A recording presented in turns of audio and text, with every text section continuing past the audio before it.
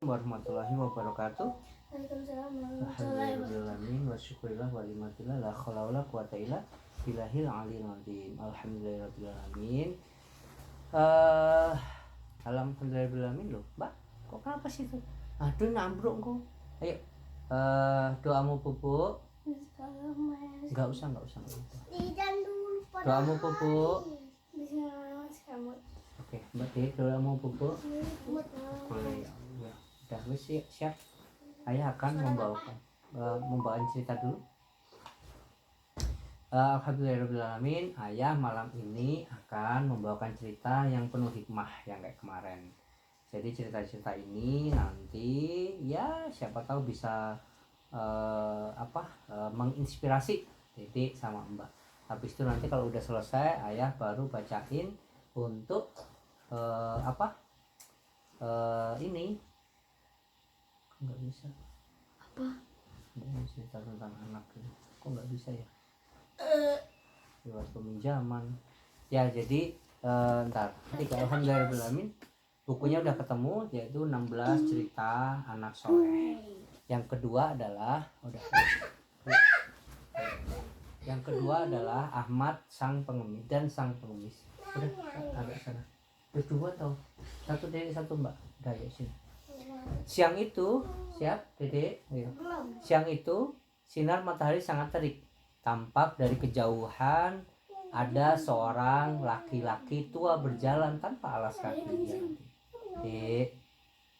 Sesekali ia mendongak ke arah terik matahari sambil menutup wajahnya dengan tangannya. Bajunya terlihat lusuh, kotor, dan beberapa bagian terlihat sobek. Dede. Langkahnya yang tertatih terus berjalan melewati rumah warga, berharap ada yang berbaik hati memberikan sedikit makanan atau minuman untuknya. Adik, terik matahari yang semakin menyengat membuat kekerongkongannya terasa kering. Hawa panas tersebut memaksa sang kakek untuk beristirahat sejenak di bawah pohon rindang sambil membaringkan badannya. Sudah berapa rumah dilewati, tapi tak ada satupun yang kasihan kepadanya, gumamnya dalam hati.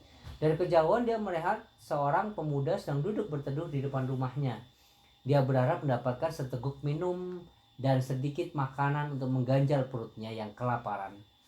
"Permisi anak muda, bolehkah saya meminta sedikit makanan?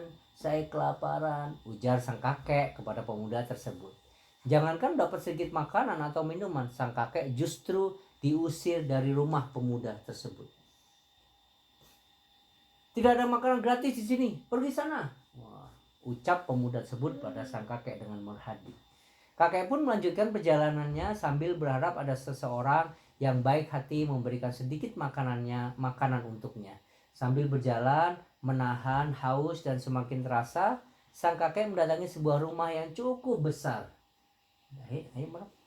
Di depan rumah tampak seorang ibu muda yang sedang duduk santai sambil memainkan gawainya. "Permisi Bu, saya belum makan. Bisa berikan sedikit makanan untuk saya," ucap sang kakek. Ayo Bu, belum. Wanita muda tersebut mengabaikan ucapan si kakek dan terus asik memainkan gawainya sambil terawat kecil. Kau itu kayak. Sepertinya wanita tersebut sedang melakukan panggilan video call dengan sahabatnya dan asik bercerita. Sang kakek pun kembali mengeluarkan kalimat berharap didengar oleh sang wanita tersebut. "Permisi, saya belum makan. Bu, apakah bisa memberikan sedikit makanan untuk saya?" ucap sang kakek. "Aduh, kakek yang kotor. Saya sibuk menerima telepon. Pergi sana. Mengganggu saja," ucap wanita muda tersebut sambil meninggalkan sang kakek dan masuk ke dalam rumah sambil menutup pintu. Sang kakek pun merasa sedih dan melanjutkan perjalanan. Dalam hati sang kakek berkata, kampung ini adalah kampung yang makmur. Mengapa semua orang bersifat kikir dan tidak peduli? Ia pun melanjutkan perjalanan dan menemukan sebuah rumah sederhana yang terbuat dari bambu. Rumah tersebut terlihat tua dan bagian atapnya sebagian rusak. Bagian depan rumah terdapat balai bambu yang sudah usang. Sepertinya rumah tersebut tidak berpenghuni karena sangat sepi sekali. Karena kelelahan, sang kakek mencoba istirahat kembali sambil membaringkan tubuhnya di balai usang dan tidak terasa ia tertidur selama beberapa saat. Dek udah aja dia hidungnya nanti kena darah. Kek bangun. Seorang anak kecil lebih 10 tahun membangunkannya. Kakek pun terbangun dan bertanya sambil kepada sang anak, kamu siapa nak? Sambil mencoba bangun dari tidurnya. Nama saya Ahmad, kek. Saya tinggal di sini dan ini ibu saya. Kami tinggal berdua, ucapnya. Ahmad adalah anak yatim.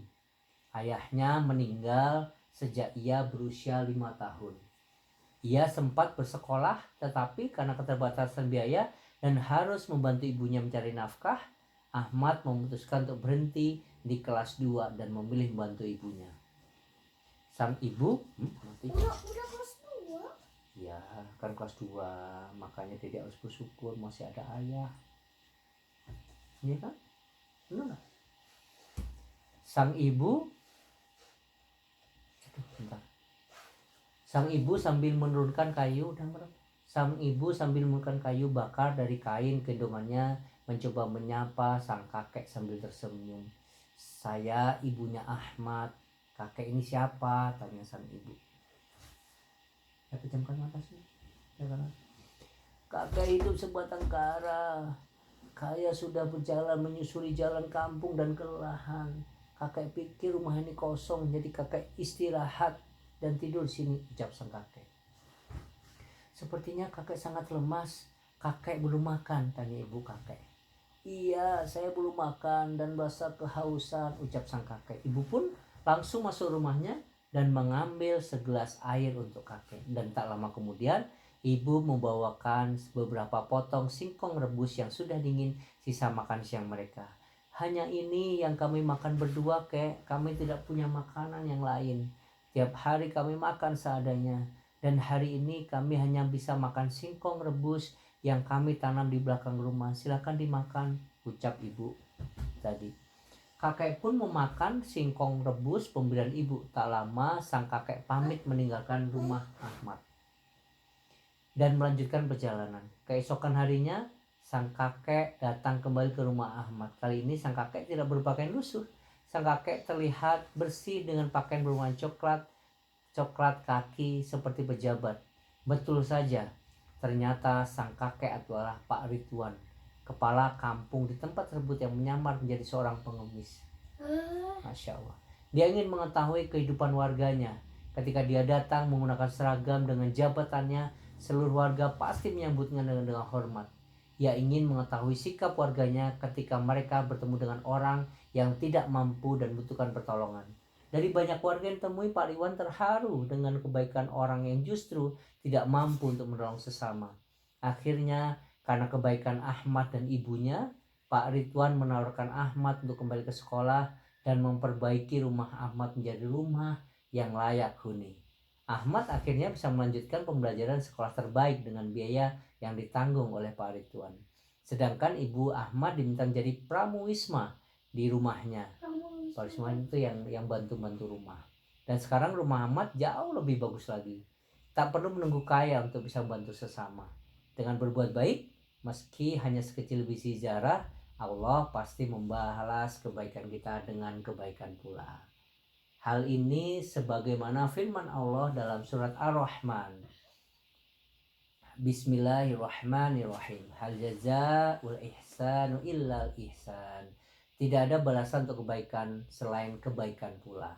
Alhamdulillahirabbil alamin. Wa syukurillah wa limatillah la haula wala quwata illa billahil azim. Artinya apa? Harus banyak membantu. Ya, insyaallah. Oke, ayo kita bobo. Alhamdulillahirrahmanirrahim. Ceritanya menginspirasi. Semoga Mbak dan Dedek bisa belajar banyak. Ya. A'udzubillahi minasyaitonirrajim. Bismillahirrahmanirrahim. Nah, Bu, Dedek, Mbak.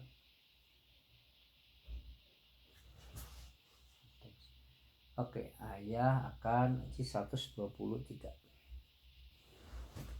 A'udzubillahi minasyaitonirrajim. Bismillahirrahmanirrahim. Ya ayyuhalladzina amanu innamal khamru wal maisiru wal ansab wal azlamu rijsum min amali syaitani buhu la'allakum tuflihun. Wahai orang-orang yang beriman, sesungguhnya minuman keras, berjudi, berkurban untuk berhala, dan mengundi nasib dengan anak panah adalah perbuatan keji dan termasuk perbuatan setan. Maka jauhilah perbuatan-perbuatan itu agar kamu beruntung. Innama yuridu syaitanu an yuqi'a bainakumul adawata wal baghdha'a fil khamri wal maisiri wa yasuddukum an dzikrillahi wa 'anis shalah fahal antum muntahun.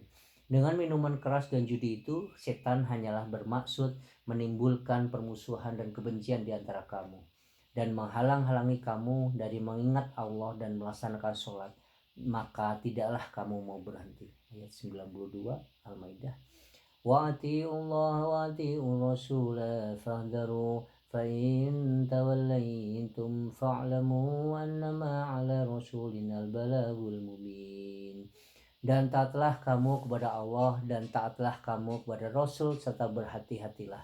Jika kamu berpaling maka ketahuilah bahwa kewajiban Rasul kami hanyalah menyampaikan amanat yang jelas, dengan jelas. Laisa 'alal ladzina amanu wa 'amilus sholihati junahum fima ta'imu idza mattaqaw wa amanu wa 'amilus sholihati summa taqaw wa amanu summa taqaw fa ahsanu wallahu yuhibbul muhsinin. Tidak berdosa bagi orang-orang yang beriman dan mengerjakan kebajikan tentang apa yang mereka makan dahulu. Apabila mereka bertakwa dan beriman serta mengerjakan kebaikan, kemudian mereka tetap bertakwa dan beriman, selanjutnya mereka tetap juga bertakwa dan beriman, berbuat kebajikan, dan Allah menyukai orang-orang yang berbuat kebajikan. Ya ayyuhalladzina amanu la yabluwannakumullahu bisyai'im minas shaydi tanaluhu aydikum wa rimahukum liya'lamallahu man yakhafu bil ghaib faman i'tada ba'da dzalika falahu adzabun alim. Wahai orang-orang yang beriman, Allah pasti akan menguji kamu dengan hewan buruan yang dengan mudah kamu peroleh dengan tangan dan tombakmu agar Allah mengetahui siapa yang takut kepadanya. Meskipun dia tidak melihatnya, barang siapa melampaui batas setelah itu, maka dia akan mendapat azab yang pedih. Ayat 95. Ya ayyuhalladzina amanu la taqtulu shayda wa antum hurum wa man qatalahu minkum muta'ammidan fajza'un mislu ma qatala minan na'ami yahkumu bihi dawa adlin minkum hadyan balighal ka'bati aw kaffaratun ta'amu masakin aw adalun dzalika siyaman liyaduka wa bala amri afallahu amma salaf wa man 'ada fayantakimullahu minhu wallahu azizun dzuntiqam. Wahai orang-orang yang beriman, janganlah kamu membunuh hewan buruan ketika kamu sedang ihram, haji atau umrah. Barang siapa di antara kamu membunuh dengan sengaja, maka dendanya ialah mengganti dengan hewan ternak yang sepadan dengan buruan yang dibunuhnya. Menurut putusan dua orang yang adil di antara kamu, sebagai hadiah yang dibawa ke Ka'bah atau kafarat, membayar tebusan dengan memberi makan kepada orang-orang miskin atau berpuasa seimbang dengan makanan yang dikeluarkan itu, agar dia merasakan akibat buruk dari perbuatannya. Allah telah memaafkan apa yang telah lalu, dan barang siapa kembali mengerjakannya, niscaya Allah akan menyiksanya, dan Allah Maha Perkasa, memiliki kekuasaan untuk menyiksa. Ayat 96. Uhilla lakum shaydul bahri wa ta'amuhu mata'an lakum walisayyarat wa hurrima alaikum shaydul barri ma dumtum huruma wattaqullaha alladzi ilaihi tuhsyarun. Dihalalkan bagimu hewan buruan laut dan makanan yang berasal dari laut sebagai makanan yang lezat bagimu, bagi orang-orang yang dalam perjalanan, dan diharamkan atasmu menangkap hewan darat selama kamu sedang ihram. Dan bertakwalah kepada Allah yang kepadanya kamu akan dikumpulkan kembali. 97. Ja'alallahu al-Ka'batal Baital Harama qiyaman lin-nasi wa syarral harama wal hadiya wal qalaid dzalika lita'lamu anna Allah ya'lamu ma fis samawati wa ma fil ardi wa anna Allah bikulli syai'in alim. Allah telah menjadikan Ka'bah rumah suci, tempat manusia berkumpul, demikian pula bulan haram, hadyu dan qalaid. Yang demikian ini itu agar kamu mengetahui bahwa Allah mengetahui apa yang ada di langit dan apa yang ada di bumi, dan bahwa Allah maha mengetahui segala sesuatu. A'lamu anna Allah syahidul iqabi wa anna Allah ghafurur rahim. Ketahuilah bahwa Allah sangat keras siksaannya dan bahwa Allah maha pengampun, maha penyayang. Ayat 99. Ma'ala rasuli illal balagh wallahu ya'lamu ma tubtuna wa ma taktumun. Kewajiban Rasul tidak lain hanyalah menyampaikan amanat Allah, dan Allah mengetahui apa yang kamu tampakkan dan apa yang kamu sembunyikan. Ayat 100 Al-Maidah. Qul la yastawil khabisu wal thayyibu walau a'jabaka kasratul khabis fattaqullaha ya ulil albabi la'allakum tuflihun. Katakanlah Muhammad, tidaklah sama yang buruk dengan yang baik. Meskipun banyaknya keburukan itu menarik hatimu, maka bertakwalah kepada Allah, wahai orang-orang yang punya akal sehat, agar kamu beruntung. 101. Ya ayyuhalladzina amanu la tas'alu an asya'in tubtu lakum tasu'kum wa in tas'alu anha hina yunazzalul Qur'an tubda lakum afallahu anha wallahu ghafurun halim. Wahai orang-orang yang beriman, janganlah kamu menanyakan kepada nabimu hal-hal yang jika terangkan kepadamu justru menyusahkan kamu. Jika kamu menanyakannya ketika Allah sedang diturunkan, niscaya akan diterangkan kepadamu. Allah telah memaafkan kamu tentang hal itu, dan Allah Maha Pengampun dan Maha Penyantun. 102. Qad salaha qaumun min qablikum summa asbahu biha kafirin. Sesungguhnya sebelum kamu telah ada golongan manusia yang menanyakan hal-hal serupa itu kepada nabi mereka, kemudian mereka menjadi kafir. 103. Ma ja'alallahu min bahiratin wala sa'ibatin wala wasilatin wala ham walakin alladhina kafaru yaftaruna 'ala Allahil kadhib wa aksaruhum la yaqilun. Allah tidak pernah mensyariatkan adanya bahirah, sa'ibah, wasilah dan ham. Tetapi orang-orang kafir membuat kedustaan terhadap Allah, dan kebanyakan mereka tidak mengerti. 104. Wa idza qila lahum ta'alu ila ma anzalallahu wa ila rasuli qalu hasbuna ma wajadna alaihi aba'ana awalau kana aba'uhum la ya'lamuna syai'an wa la yahtadun. Dan apabila dikatakan kepada mereka, marilah mengikuti apa yang diturunkan Allah dan mengikuti Rasul, mereka menjawab, cukuplah bagi kami apa yang kami dapati nenek moyang kami mengerjakannya. Apakah mereka akan mengikuti juga nenek moyang mereka, walaupun nenek moyang mereka itu tidak mengetahui apa-apa dan tidak pula mendapatkan petunjuk. 105.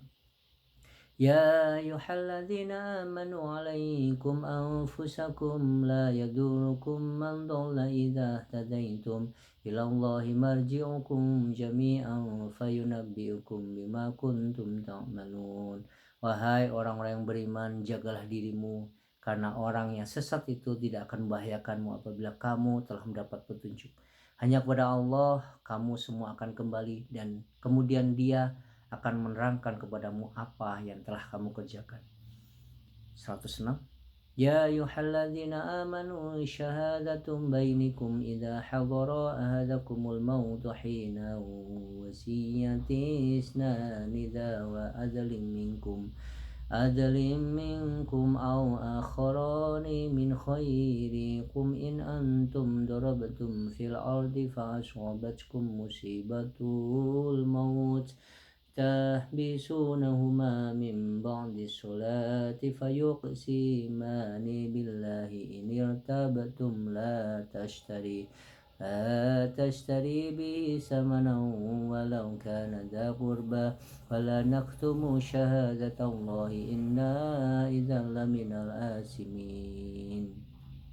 Wahai orang-orang yang beriman, apabila salah seorang di antara kamu hadapi kematian sedang dia akan berwasiat, maka hendaklah wasiat itu disaksikan oleh dua orang yang adil di antara kamu, atau dua orang yang berlainan agama dengan kamu. Jika kamu dalam perjalanan di bumi lalu kamu ditimpa bahaya kematian, hendaklah kamu tahan kedua saksi itu sampai setelah sholat, agar keduanya bersumpah dengan nama Allah jika kamu ragu-ragu. Demi Allah kami tidak akan mengambil keuntungan dengan sumpah itu, walaupun dia karib kerabat, dan kami tidak menyembunyikan kesaksian Allah. Sesungguhnya jika demikian, tentu kami termasuk orang-orang yang berdosa. 107. فَإِنْ أُشِرَ عَلَى أَنَّهُمَا اسْتَحَقَّا إِثْمًا فَآخَرَانِ يقومان مقامهما من الذين استحق عليهم الأوليان فيقسمان بالله لشهادتنا أحق من شهادتهما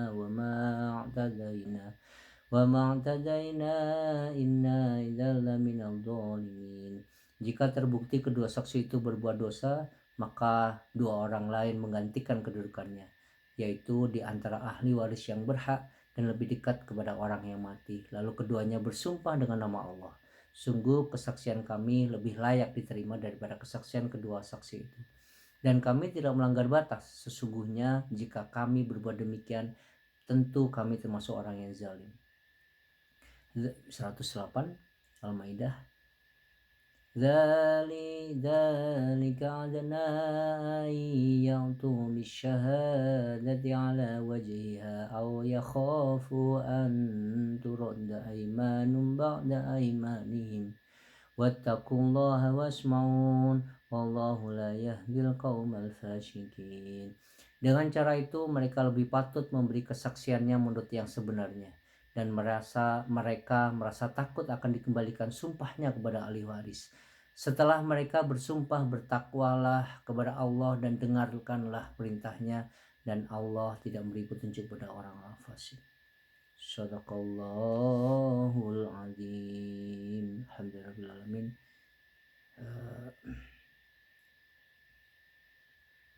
Alhamdulillahirabbil alamin. Subhanakallahumma wa bihamdika asyhadu an la ilaha illa anta astaghfiruka wa atubu ilaik. Assalamualaikum warahmatullahi wabarakatuh.